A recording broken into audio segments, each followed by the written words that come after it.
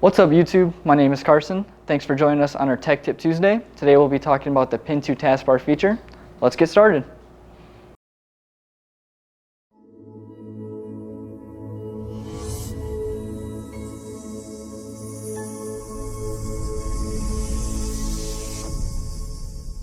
What is going on, guys? So today we're going to be talking about the Pin to Taskbar feature. So this is going to be a feature that I think most of us are going to find that it's pretty simple to use, but it's also going to be pretty effective.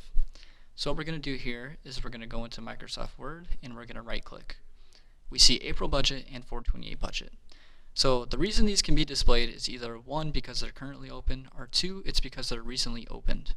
So this can be nice if we're constantly working on documents with our coworkers, constantly referencing them.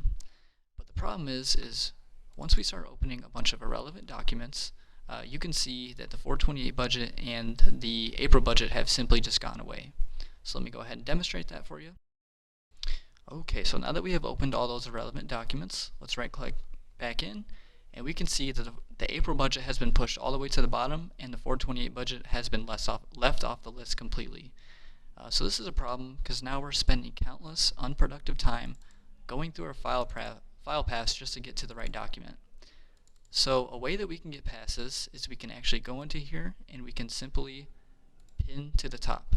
So no matter what document we open, even if this hasn't been opened in a long time, it's still going to remain at the top for you. Thank you guys again for tuning in to our Tech Tips, where we teach you and your business how to run more efficiently and effectively. Don't forget to hit that like and subscribe button, and we'll see you next time.